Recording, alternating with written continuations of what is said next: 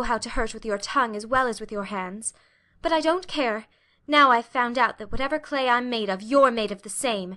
As for her, she's a liar, and her fine airs are a cheat, and I'm worth 6 of her.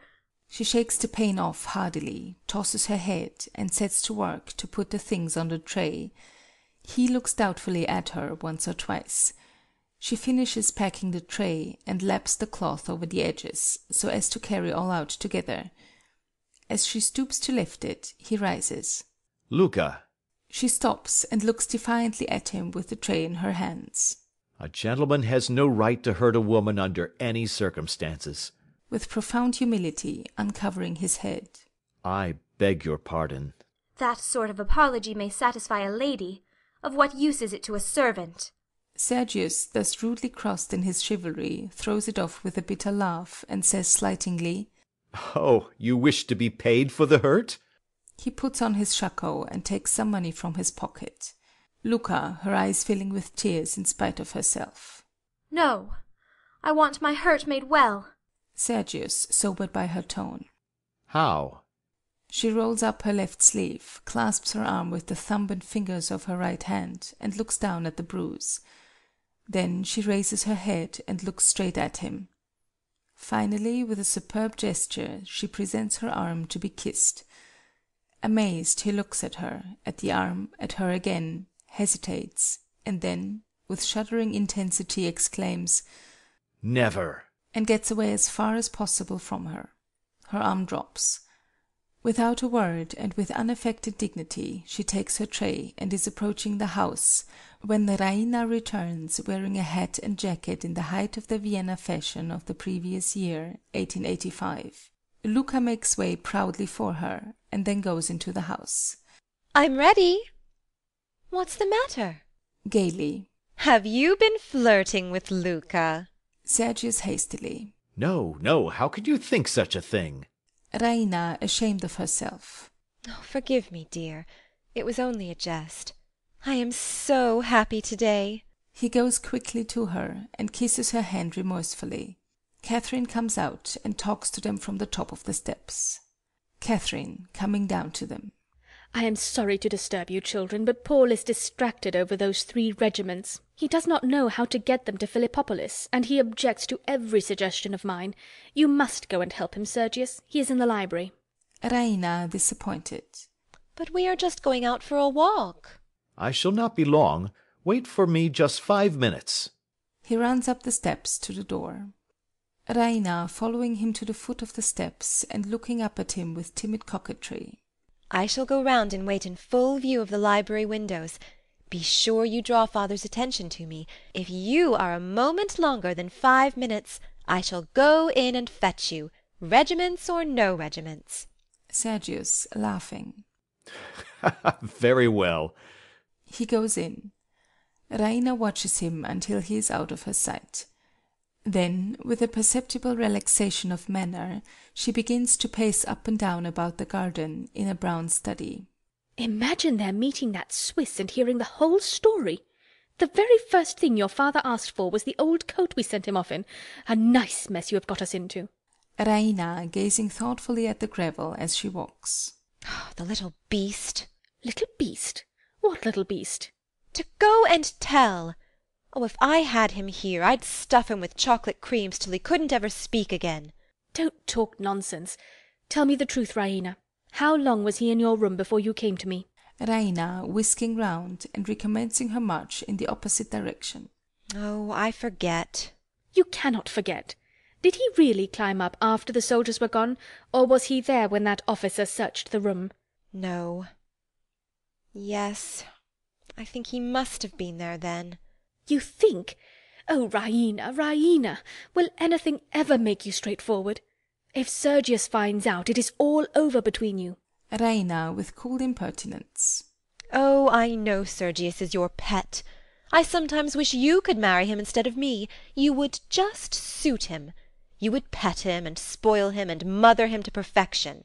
Catherine, opening her eyes very widely indeed. Well, upon my word! Raina, capriciously, half to herself. I always feel a longing to do or say something dreadful to him, to shock his propriety, to scandalize the 5 senses out of him. To Catherine perversely. I don't care whether he finds out about the chocolate-cream soldier or not. I half hope he may. She again turns flippantly away and strolls up the path to the corner of the house. And what should I be able to say to your father, pray? Raina over her shoulder from the top of the 2 steps. Oh, poor father, as if he could help himself. She turns the corner and passes out of sight. Catherine looking after her, her fingers itching. Oh, if he were only 10 years younger! Luca comes from the house with a salver, which she carries hanging down by her side. Well? There's a gentleman just called, madam. A Servian officer. Catherine flaming. A Servian? How dare he? I forgot. We are at peace now. I suppose we shall have them calling every day to pay their compliments. Well, if he is an officer, why don't you tell your master? He is in the library with Major Saranoff. Why do you come to me? But he asks for you, madam, and I don't think he knows who you are. He said the lady of the house. He gave me this little ticket for you. She takes a card out of her bosom, puts it on the salver, and offers it to Catherine. Catherine, reading, Captain Blunchley. That's a German name. Swiss, madam, I think. Catherine, with a bound that makes Luca jump back. Swiss! What is he like? Luca, timidly. He has a big carpet bag, madam. Oh, heavens, he's come to return the coat. Send him away. Say we're not at home. Ask him to leave his address, and I'll write to him. Oh, stop, that will never do. Wait. She throws herself into a chair to think it out. Luca waits. The master and Major Saranoff are busy in the library, aren't they? Yes, madam. Bring the gentleman out here at once, and be very polite to him. Don't delay. Here, Impatiently snatching the salver from her. leave that here, and go straight back to him. Yes, madam. Going. Luca, Luca stopping. Yes, madam. is the library door shut? I think so, madam. If not, shut it as you pass through. Yes, madam. Going. Stop! Luca stops, He will have to go out that way. indicating the gate of the stable yard. Tell Nicola to bring his bag here after him. Don't forget. Luca surprised. His bag? Yes, here as soon as possible. Be quick. Luca runs into the house. Catherine snatches her apron off and throws it behind a bush. She then takes up the salver and uses it as a mirror, with the result that the handkerchief tied round her head follows the apron. A touch to her hair and a shake to her dressing gown makes her presentable. Oh, how can a man be such a fool? Such a moment to select. Luca appears at the door of the house, announcing Captain Blunchley, and standing aside at the top of the steps to let him pass before she goes in again. He is the man of the adventure in Raina's room. He is now clean, well brushed, smartly uniformed, and out of trouble, but still unmistakably the same man. The moment Luca's back is turned, Catherine swoops on him with hurried, urgent, coaxing appeal. Captain Blunchley, I am very glad to see you, but you must leave this house at once. He raises his eyebrows. My husband has just returned with my future son-in-law, and they know nothing. If they did, the consequences would be terrible. You are a foreigner. You do not feel our national animosities as we do. We still hate the Servians. The only effect of the peace on my husband is to make him feel like a lion balked of his prey. If he discovered our secret, he would never forgive me, and my daughter's life would hardly be safe. Will you, like the chivalrous gentleman and soldier you are, leave at once before he finds you here? Blunchley, disappointed, but philosophical. At once, gracious lady. I only came to thank you and return the coat you lent me.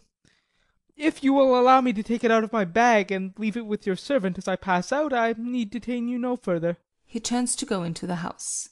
Catherine, catching him by the sleeve. Oh, you must not think of going back that way. Coaxing him across to the stable gates. This is the shortest way out.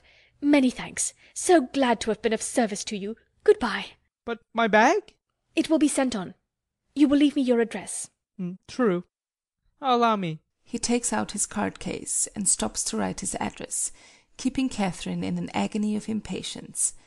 As he hands her the card, Petkoff, hatless, rushes from the house in a fluster of hospitality, followed by Sergius.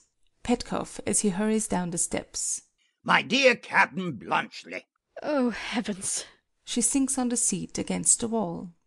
Petkoff too preoccupied to notice her as he shakes Bluntschli's hand heartily. Those stupid